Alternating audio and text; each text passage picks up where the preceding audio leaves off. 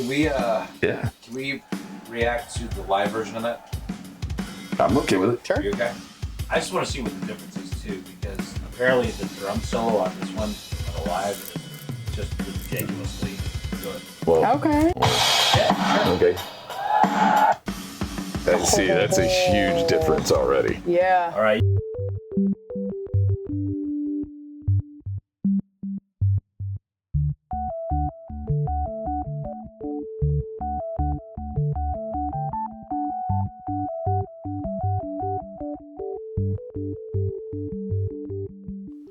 So now, we had a video where we mentioned, you've got bands that are good in the studio and you've got bands that are good live, and those are not necessarily the same bands.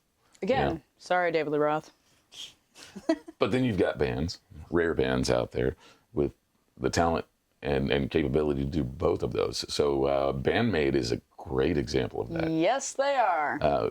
We get a lot of requests from the Band-Maid fans, the Maniacs, because you guys are very interactive with us. Thank you so much.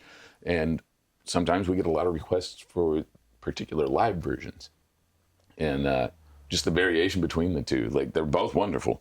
Mm-hmm. But for instance, we just watched the official music video for Shambles, mm-hmm. which was 3.5 minutes long. And now we're going to hear a live version, the official live version, for the first time, which is already going to be different in the fact that this is 5 and 15 seconds. Yeah. And I'm interested to see how that works, because I know for me particularly, whenever I'm doing a live show versus recording something, you get that excitement on stage. So you're like wanting to speed it up and go faster. But there's also room for kind of waxing poetic, if you will, like as far as making music goes. So I always wondered too, like if you hear that live version towards the end of a tour, like how many things have they done to make this something a little more interesting and keep it interesting for themselves? because it's different every time. Like Yeah. you don't really even mean for it to happen, but it's just a little different every single time. Well, let's see what happens here. Let's see what we've got different from Shambles Official and Shambles Official Live.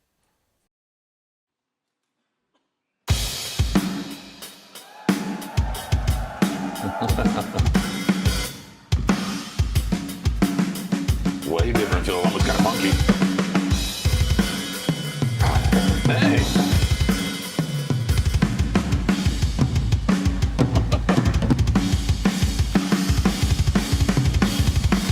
Cool, got it.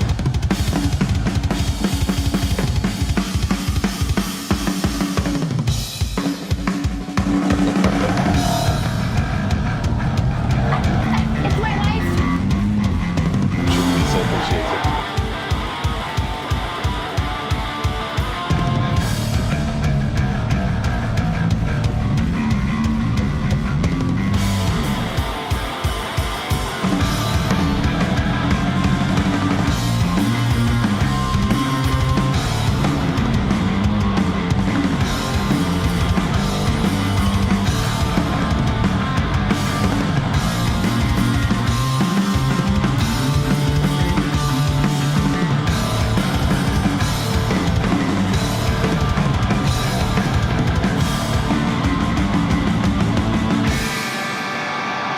Oh, I'm going to take the chance right Thank there. God they stopped, because it's I like don't know that they did stop. You don't know what she's about to break down into. No. I mean, like, they slowed down enough for you to do that, because, Okay. like, there was like, nope, don't do it here, don't do it No. here. It's so good. They hold the intensity, Yes. but already have massive difference from what we heard from the studio version. Yeah, it's, I mean, it's obviously the same song, but it's almost like a different song. I mean, I don't know. Like, I'm still waiting to catch the theme from that studio version.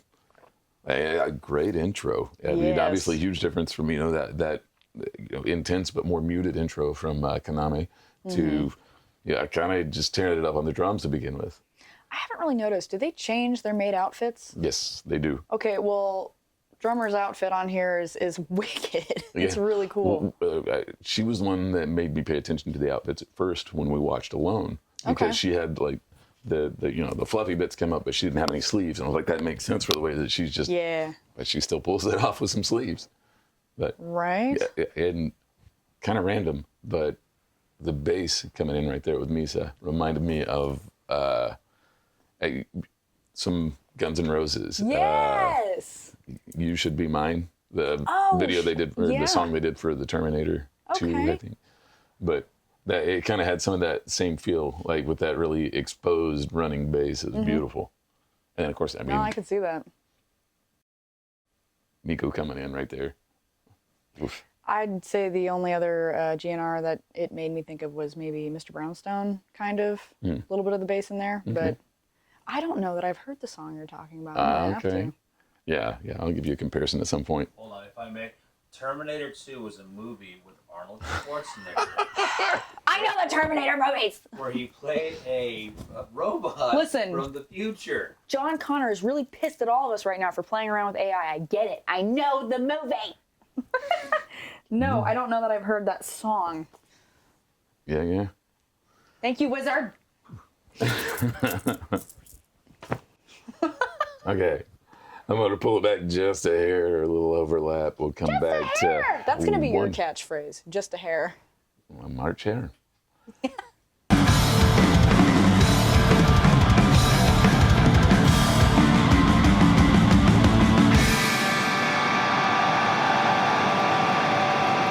The pose.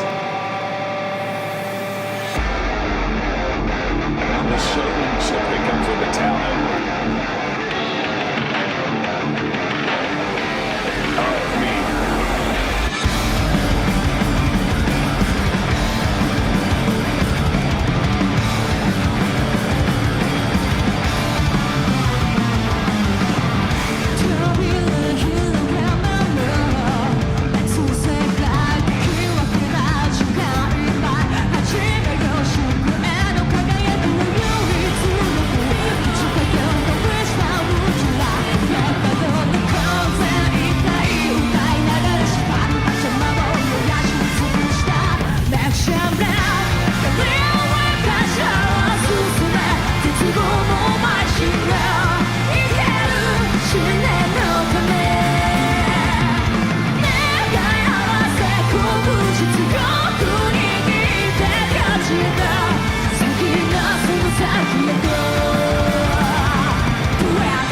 So yeah, This is infinitely better, and that's like I didn't think that could be a thing with the first video, but this is so good. we watched the official version, and I said that's my favorite thing that we've heard by them, like since we started. And but Now this one is that live energy is there's Yeah. nothing like it. Like I mean, you got that awesome intro, then Miko comes in and holds the sustain with the pose, and then it breaks into what we knew. But even then, like you're saying, that energy is that's audio espresso.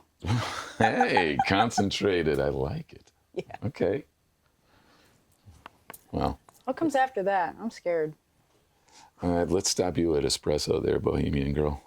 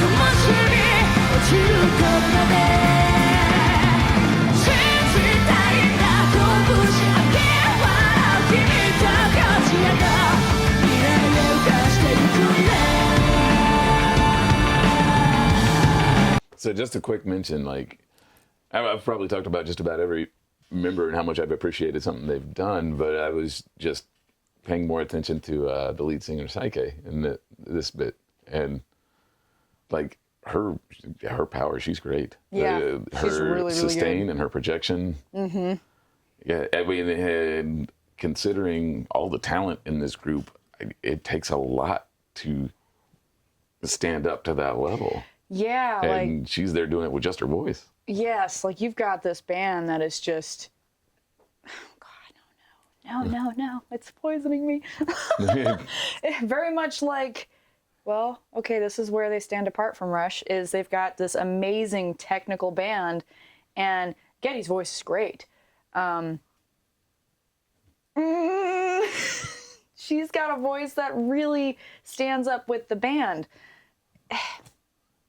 Getty's got a particular niche. He does. Thank you for saving me. That's a hard comparison to make in any way. Like, because you don't have Rush if you don't have Getty. No, you definitely don't. Like, but hey, as far as a traditional voice, like a more like, I mean, Psyche is Psyche.